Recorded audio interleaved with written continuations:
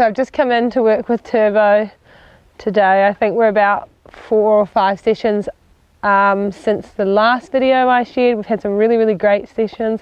He's still got his lingering grumpy demeanour, but it's really weird. You'll see he kind of changes in and out of it.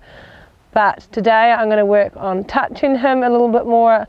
I've had 2 sessions now where I've been able to touch him to the rump, back to the rump, twice on this side, and on my last session I touched him back to the rump on this side.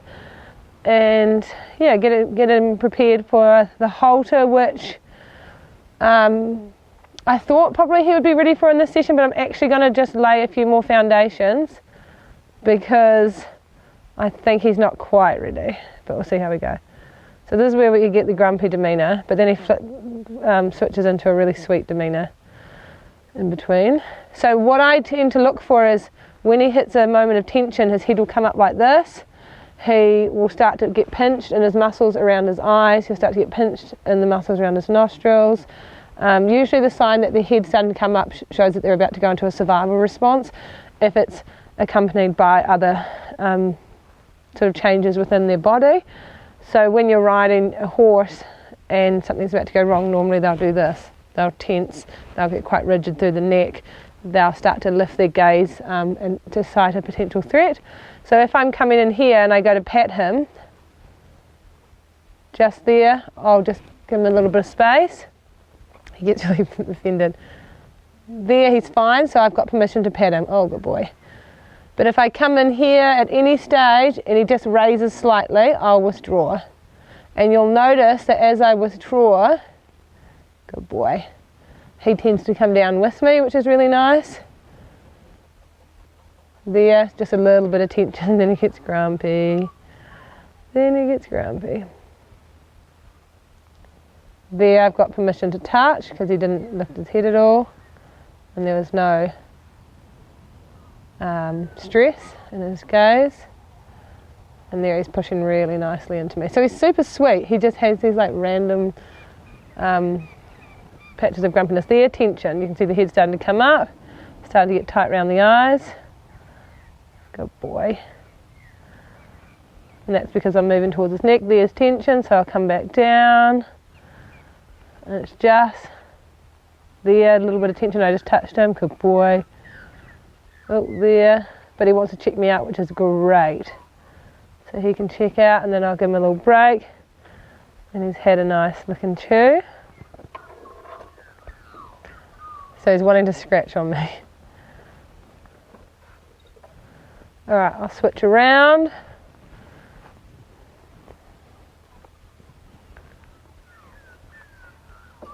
There, tension, I'll just come back down. Hello, Mr. Grumps. He loves under his chin getting scratched.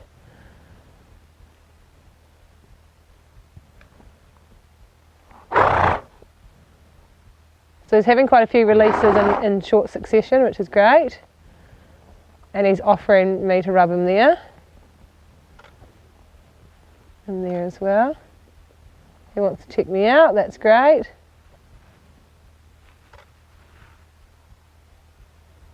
And the longer they can check you out, the better.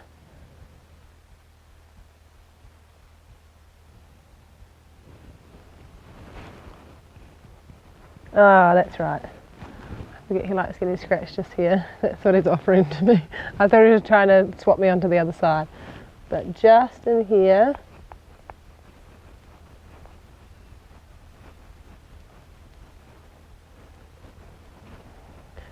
He likes a good scratch. So in my last session I just started working on touching him up around here, behind the ears, which is great with. Working back here. And obviously reading his body language, because if I had a state of tension here and I kept pushing through, that's when I could have him go into a flight or a fight response, and that fight response could show with a kick. This is always a great little catharsis with the yawning.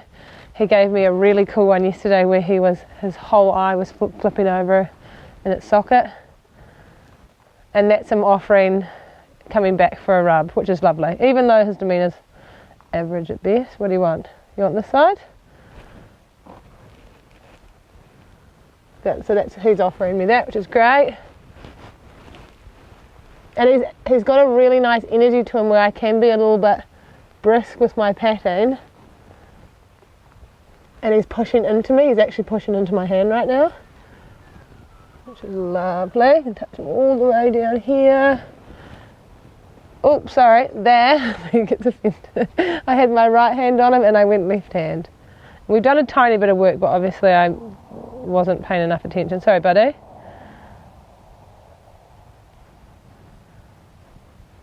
I'd like to be able to get 2 hands on him because that's the process. Good boy. So I'm going to work and do the attention. I'm going to work purposely now and bring 2 hands. The attention, good boy.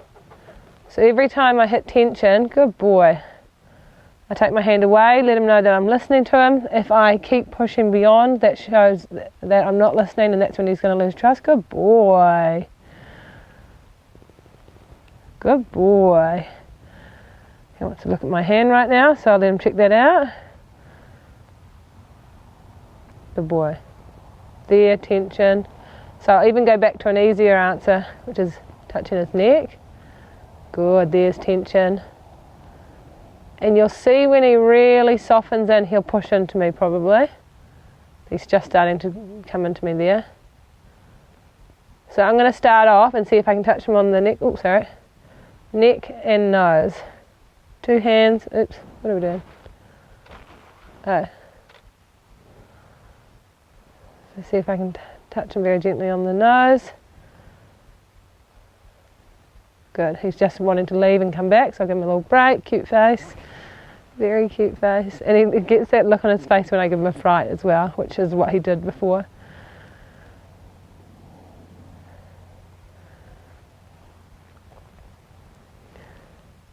There's tension, good boy, but he's pushing in at the same time, which is really good.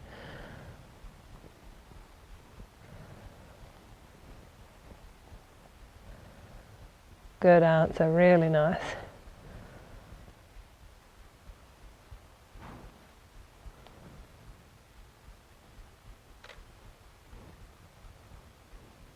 So he just wanted to check me out right now, which is great.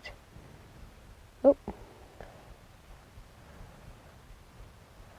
And it's just new having two hands on him. I've done a tiny bit of work, but you can see it makes him really uneasy. Whoops.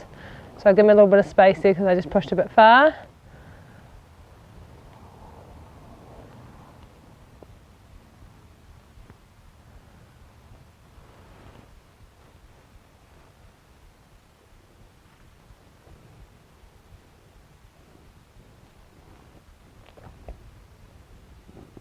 So I'm just touching him under his muzzle right now, working to get my other hand on his neck, which is taken beautifully right there.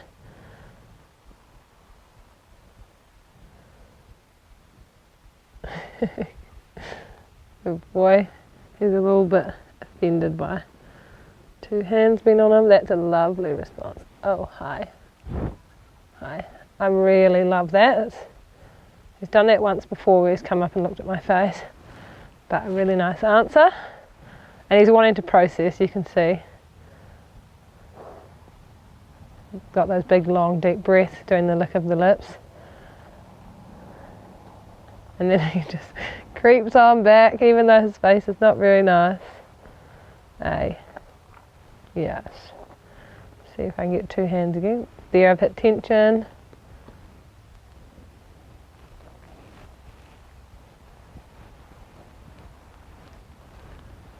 I've got 2 hands alternating. Good boy. And you can see our head's elevated, so it's just been a bit too much. Ow, ow, ow. And even though it's like a slow process at the beginning, you'll see how quickly, once I get the 2 hands on, or how quickly he'll go, he'll progress to having 2 hands on him. There, I've got 2 hands on his jaw. That's great. So he's just given me an answer he's happy with, which is still great, and I'll take it.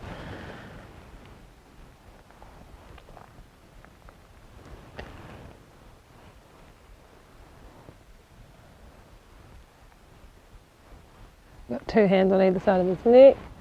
Also good boy. And I'm just going to go back to touching him with one hand now, just to give him a break, because one hand he's great with.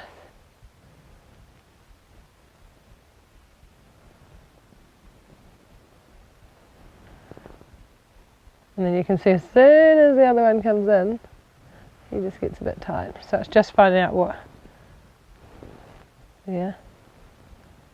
Good boy. And he's just pushed into my second hand, which is lovely.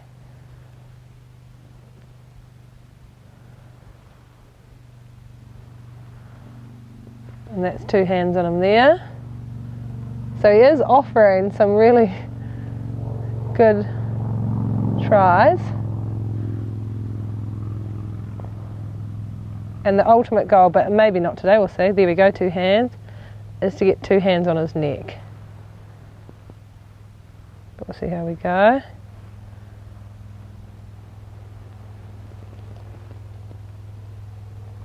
Good job. I'm going to have one hand over here.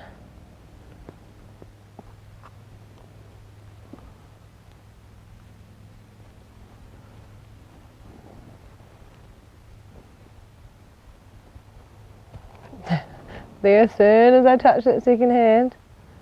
So I'm going to give him a little bit of space there.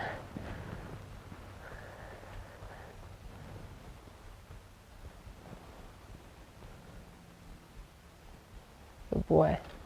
I'm going to go back to one hand on his neck and just scratch him. And you can see the ears are a little bit tight. He's looking back and keeping an eye on me.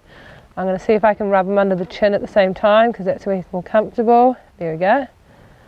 I'm going to give him a break there. So I've just had to break down the question even more. So he wasn't quite ready for 2 hands on his neck. So then I have to try something else and then try that bigger question again. And if he's still not ready, I have to break it down even further. So again, he's had a really nice lick of his lips.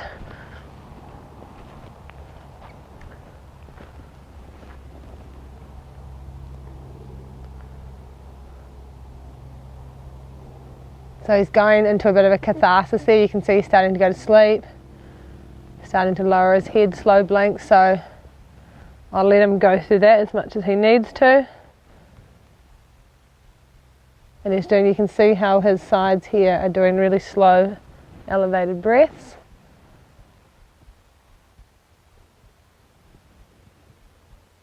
So I know he's come out of this state of catharsis when he starts to look around his surroundings. He lifts his head and he becomes aware of things around him. Right now he's gone very inward. So you can see in his expression he's very here versus alert and aware of what's going on. So this is a really, really important stage for processing it. I know it's super boring, but you just have to wait and work through it. I find if you keep pushing through it, you might be able to get the result you want, but you end up having them a bit shut down or a little bit dispositioned into a fight and flight response. And he's definitely more prone to the fight response. That is definitely his go-to. But each session he's working out of it. It's just a really odd behaviour that I've not ever worked with. It's just a bit different from other horses I've worked with.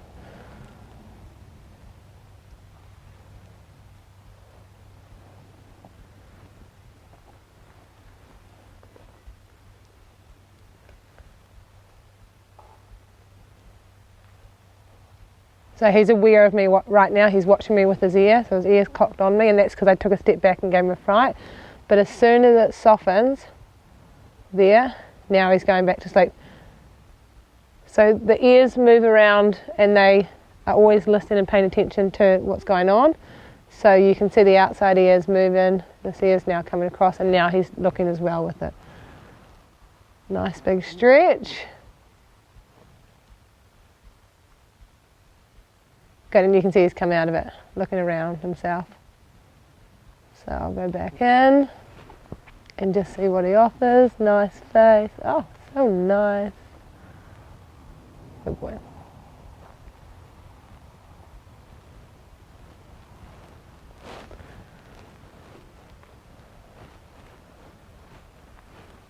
Just make the question easier.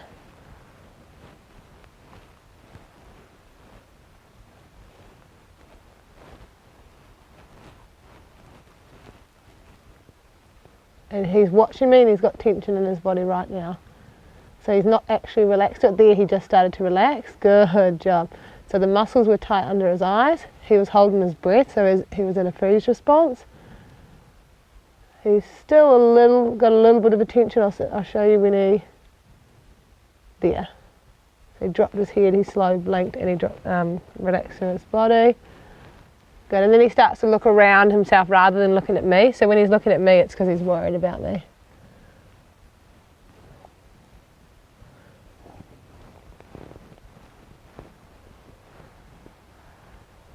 I've got both hands on him right now. He's watching me, but he's not too worried that he's going to leave. As soon as he softens down, there, I'm going to hop back, give him a little bit of a break. And that was a very good answer to quite a tough question. He's wanting to go into that process again. Hello. Good boy.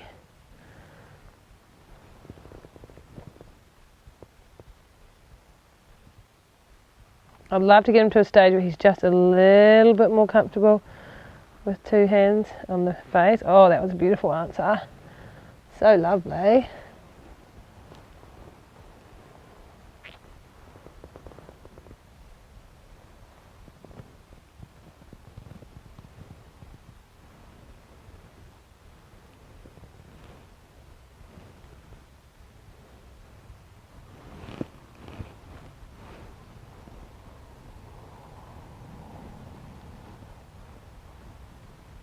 There, too much. So as soon as that second hand got on him, I just have him look at my hand. No. You don't want to look.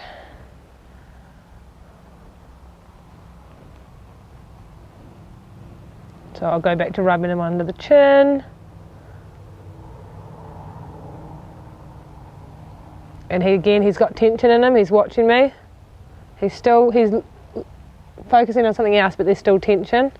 So you can see his eyes quite hard. So I'm going to stay here until he can soften. I'll take that.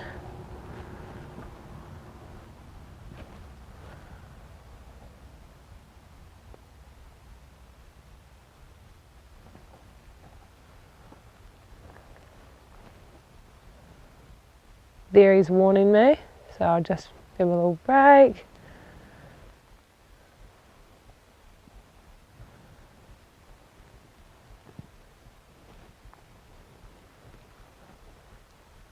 Good boy. Now I'm going to bring in the second hand, but when I hit a layer of tension there, I'm going to withdraw it. And that's what I would have done, is I would have just gone in too quick and not watched those layers. Good, there we go.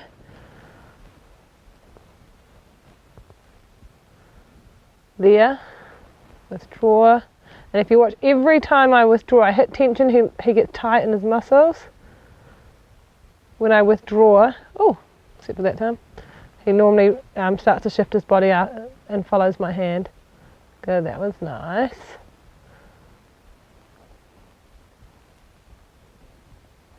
Good, he was really relaxed, but then that ear flicked back on me, so he's just checking me out. Good, because that was such a good answer. I'll give him a break, and then I'll just go in there and see if I can move both hands on his neck to finish. And then what I'll do with this session, I'll have it quite a short session, or thereabouts, just to the stage where I can get the two hands on him comfortably.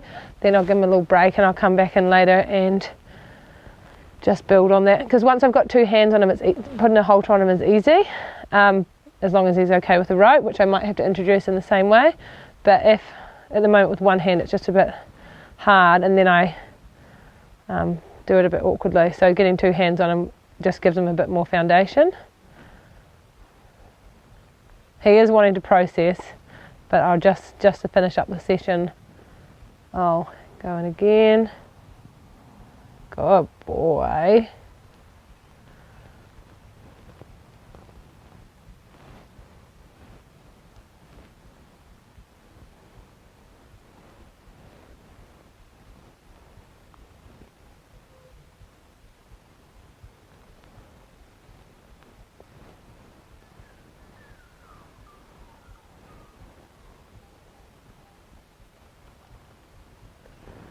Good, that was a really nice answer.